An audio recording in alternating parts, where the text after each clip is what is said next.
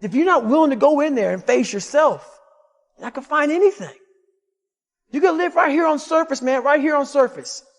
So if there is an ending to this world and there is somewhere to go and there's a judgment, you're going to get there and you might see a chart. And that chart may tell you who the fuck you should have been. And now you get the rest of your life to think about that. Man, I could have lived a much better life if I just would have just suffered a little bit more. If I just would have went in that and realized I had so much more. But fear and the 40% and living here versus living here, being afraid, stop me. Your biggest enemy, the most important conversation you will ever have in your life is the one you have with yourself. You wake up with it, you walk around with it, you go to bed with it. Eventually, you're going to act on it, whether you're good or bad. You have to. That's why the whole thing about this book I have, it's about you. It is about you. It's strictly about you finding who you are. So many people die, live 100 years, never fucking know who they are. Never know who they are. You have to look in that mirror and know this. There's so much more in here, man. Because I can literally right now be a 300-pound guy spraying for cockroaches still to this day. If I did not look in that mirror and say, there has to be more to this. This can't be it. And then willing to go into it, dive deep into it, and give all I have to find it. So that's what all that's about. Let's say there's 10 people in this room, and we're all mediocre. But I'm the best of the mediocre people. I now think I'm great. I'm great. We surround ourselves around people that make us feel great. They tell us what we want to hear.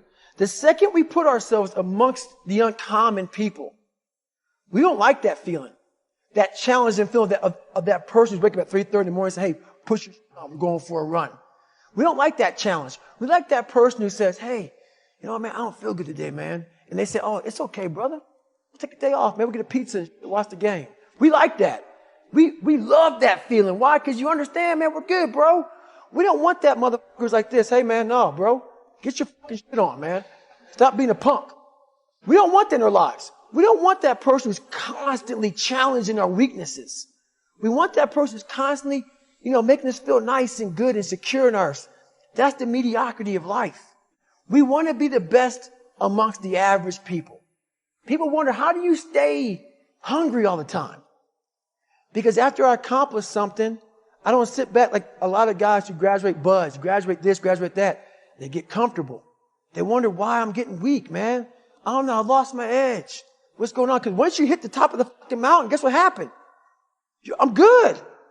I'm good. So you wonder why you're falling down now. Because once you reach the top of the mountain, you got to build another one. That's mediocrity.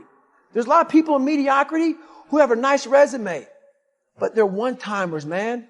They hit a one-time deal. They busted it open, got a lot of money, but they're good. You're mediocre now, man. What are you fucking doing today, tomorrow, the next fucking day? That's why I don't listen to theorists. I don't listen to all that bullshit. I listen to a motherfucker who's like this, man. What's wrong, man? I'm tired, dude. Why are you tired? Because tomorrow, I gotta do the fucking shit again, man. Whatever it is that made me fucking nauseous and sick to my stomach, it made me hurt. There's no ending. And that's the person I listen to. That's the person who's gained knowledge. You gain knowledge through suffering. And on the other end of suffering is a world that very few have ever seen. It's a beautiful world because that's where you find yourself. You don't find yourself in over here. You find yourself on the other end. Like the 100-mile race I was on, I ran it for 24 hours. I found myself on the other end of that race. That 19 hours, I found, wow, there's a whole nother world out here that I've never even saw. But the world's in your mind. And that's what all that mediocrity is about. The mind has the tactical advantage over you at all times. At all times of your life, the mind has a tactical advantage over you. Why is that? It knows what you're afraid of.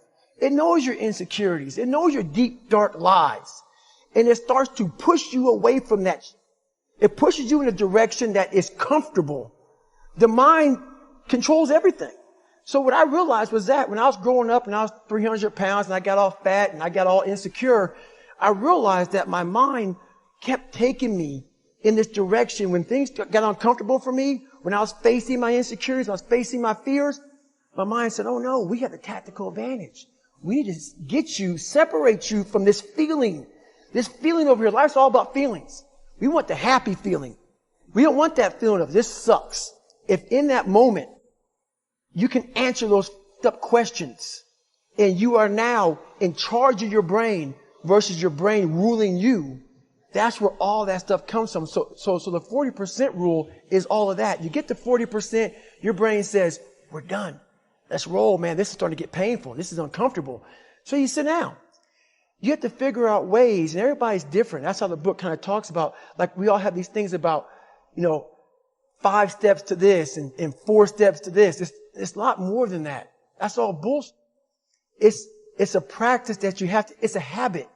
So if you know that at 40%, I'm feeling pain. At 40%, I'm feeling pain. That's where the 40% rule kicks in. Now it starts. Okay, I'm feeling pain.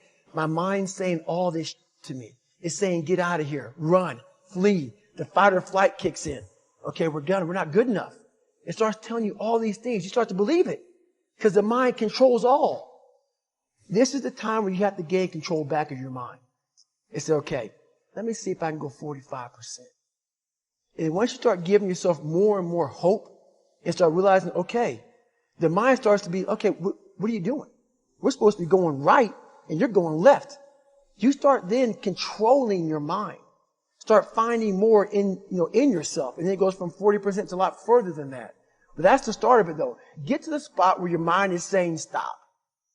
Wherever that is, you gotta get there first. And then that's when that starts to work for you. You gotta control yourself in that moment.